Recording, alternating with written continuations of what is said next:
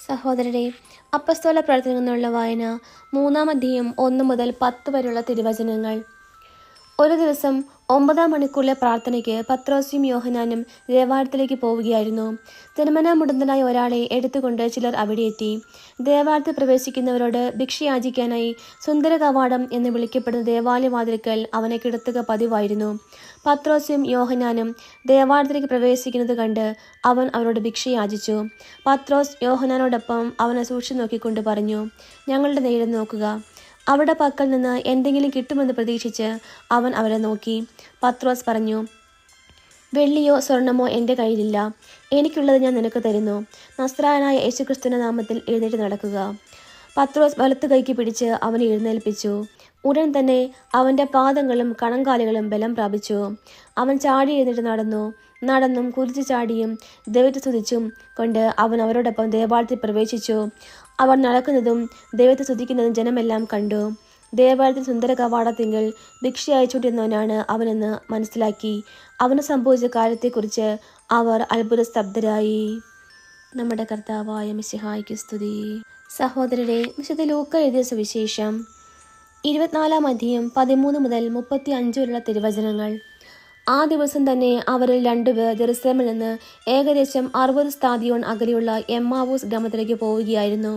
ഈ സംഭവങ്ങളെക്കുറിച്ചെല്ലാം അവർ സംസാരിച്ചു കൊണ്ടിരുന്നു. അവർ സംസാരിക്കുകയും വാദിക്കുകയും ചെയ്തു കൊണ്ടുപോകുമ്പോൾ യേശുവും അടുത്തെത്തി അവരോടൊപ്പം യാത്ര ചെയ്തു. എന്നാൽ അവനെ തിരിച്ചറിയാൻ കഴിയാത്ത വിധം അവരുടെ കണ്ണുകൾ മൂടപ്പെട്ടിരുന്നു. അവൻ അവരോട് ചോദിച്ചു, എന്തിനെക്കുറിച്ചാണ് നിങ്ങൾ സംസാരിക്കുന്നത്? അവർ മ്ലാനവദനരായി നിന്നു. അവരിൽ ക്ലെയോപ്പാസ് എന്നു പേരവൻ അവനോട് ചോദിച്ചു, ഈ ദിവസങ്ങൾ ജെറുസലേമിൽ നടന്ന സംഭവമൊന്നും അറിയാത്ത അപരിചിതനാണോ നീ? അവൻ ചോദിച്ചു, ഏത് കാര്യങ്ങൾ? അവർ പറഞ്ഞു, നസ്രായനായ യേശുവിനെ കുറിച്ച് തന്നെ. അവൻ ദൈവത്തിൻ്റെയും മനുഷ്യരുടെ മുമ്പിൽ വാക്കിലും പ്രവൃത്തിയിലും ശക്തനായ പ്രവാചകനായിരുന്നു. ഞങ്ങളുടെ പുരോഹിത പ്രമുഖന്മാരും നേതാക്കളും അവനെ മരണവിധിക്ക് ഏൽപ്പിച്ചു കൊടുക്കുകയും ക്രൂശിക്കുകയും ചെയ്തു. ഇസ്രായേലിനെ മോചിപ്പിക്കാനുള്ളവൻ ഇവനാണ് എന്ന് ഞങ്ങൾ പ്രതീക്ഷിച്ചിരുന്നു. ഇതൊക്കെ സംഭവിച്ചിട്ട് ഇത് 3-ാം ദിവസമാണ്. ഞങ്ങളുടെ കൂട്ടത്തിലുള്ള ചില സ്ത്രീകൾ ഞങ്ങളെ വിസ്മയിപ്പിച്ചു. ഇന്ന് രാവിലെ അവർ കല്ലറയിങ്കൽ പോയിരുന്നു. അവൻ്റെ ശരീരം അവർ അവിടെ കണ്ടില്ല. അവർ തിരിച്ചു വന്ന് തങ്ങൾക്ക് ദൂതന്മാരുടെ ദർശനമുണ്ടായെന്നും അവൻ ജീവിച്ചിരിക്കുന്നുവെന്ന് അറിയിച്ചുവെന്നും പറഞ്ഞു. ഞങ്ങളുടെ കൂടെ ഉണ്ടായിരുന്നവരിൽ ചിലരും കല്ലറയിങ്കിലേക്ക് പോയി സ്ത്രീകൾ പറഞ്ഞതുപോലെ തന്നെ കണ്ടു. എന്നാൽ അവനെ അവർ കണ്ടില്ല. അപ്പോൾ അവൻ അവരോട് പറഞ്ഞു, ഭോഷന്മാരെ, പ്രവാചകന്മാർ പറഞ്ഞിട്ടുള്ളത് വിശ്വസിക്കാൻ കഴിയാത്ത വിധം ഹൃദയം മന്ദീഭവിച്ചവരെ, ക്രിസ്തു ഇതെല്ലാം സഹിച്ച് മാറ്റത്തിലേക്ക് പ്രവേശിക്കേണ്ടിയിരുന്നില്ലേ? മോശ തുടങ്ങി എല്ലാ പ്രവാചകന്മാരും വിശുദ്ധ ലിഖിതങ്ങൾ തന്നെപ്പറ്റി എഴുതിയിരുന്നവയെല്ലാം അവൻ അവർക്ക് വ്യാഖ്യാനിച്ചു കൊടുത്തു. അവർ എത്തേണ്ടിയിരുന്ന ഗ്രാമത്തോടടുത്തു. അവനാകട്ടെ യാത്ര തുടരുകയാണെന്ന് ഭാവിച്ചു. അവർ അവളെ നിർബന്ധിച്ചു കൊണ്ട് പറഞ്ഞു, ഞങ്ങളുടെ കൂടെ താമസിക്കുക, നേരം വൈകുന്നു. പകൽ അസ്തമിക്കാറായി. അവൻ അവരുടെ കൂടെ താമസിക്കുവാൻ കയറി. അവരോടൊപ്പം ഭക്ഷണത്തിരുന്നപ്പോൾ അവൻ അപ്പം എടുത്ത് ആശീർവദിച്ച് മുറിച്ച് അവർക്ക് കൊടുത്തു. അപ്പോൾ അവരുടെ കണ്ണ് തുറക്കപ്പെട്ടു. അവർ അവനെ തിരിച്ചറിഞ്ഞു.